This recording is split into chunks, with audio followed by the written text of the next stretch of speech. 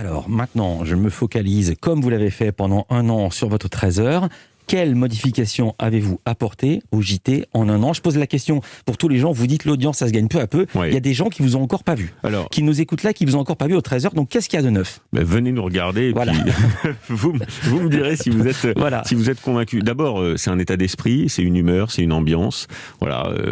Alors après, on aime ou on n'aime pas, mais c'est un style. Je pense qu'un journal, ça s'incarne. Donc j'essaie de le faire de la plus spontanée des façons, avec rigueur et sérieux, mais de donner aussi un style qui m'est propre, que peut-être je n'avais pas quand je faisais le 20h, voilà, qui est plus cérémonial, qui est plus statutaire, et puis quand on est numéro 2, c'est plus compliqué. Ça, c'est le premier élément. Une ambiance, une humeur, une décontraction, et une bonne humeur aussi dans la partie magazine du journal.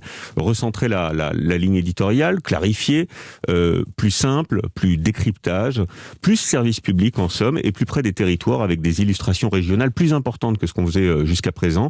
La consommation, on a réinvesti le champ de la consommation avec notre rubrique derrière nos étiquettes, et puis les bonnes idées des Français. Vous savez que c'est ma martingale depuis longtemps, mettre en avant les initiatives des Français et montrer que oui, tout ne va pas mal en France, qu'il y a des gens qui se retroussent les manches et qui font des trucs formidables. C'est la rubrique qu'on a créée qui s'appelle Une idée pour la France, qui est incarnée par une journaliste formidable et pleine de bonne humeur qui s'appelle Valérie Hurtel.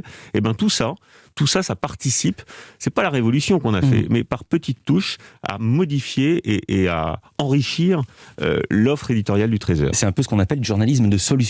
On donne des bonnes nouvelles plutôt que les trains qui n'arrivent pas à l'heure. Pas des bonnes nouvelles. On montre la France telle qu'elle est. Voilà, il suffit de sillonner les territoires et de se balader un peu partout en région pour voir qu'il n'y a pas que des choses qui vont mal. Il y a aussi des choses qui vont formidablement bien. Je suis d'accord avec vous. Il faut en parler aussi. Non mais une idée pour la France, c'est le sous-texte, c'est pas une mauvaise idée pour la France, c'est plutôt une bonne idée pour la France. Bah oui, parce qu'on a envie collectivement d'avancer, de faire en sorte que notre pays aille mieux. Et il y a aussi l'idée de se faire l'écho des préoccupations des Français en renforçant l'interactivité. Nous, on a envie, dans le cadre de la campagne électorale, je suis sûr que ça vous intéresse, de pas juste se faire l'écho des propositions qui sont parfois la course à l'échalote des candidats à l'élection présidentielle, on le voit en ce moment, mais aussi de donner la parole aux Français qui ont des idées à revendre. Et peut-être qu'on peut inverser le paradigme et que ce soit les candidats à l'élection présidentielle qui aillent piocher dans les bonnes idées des Français.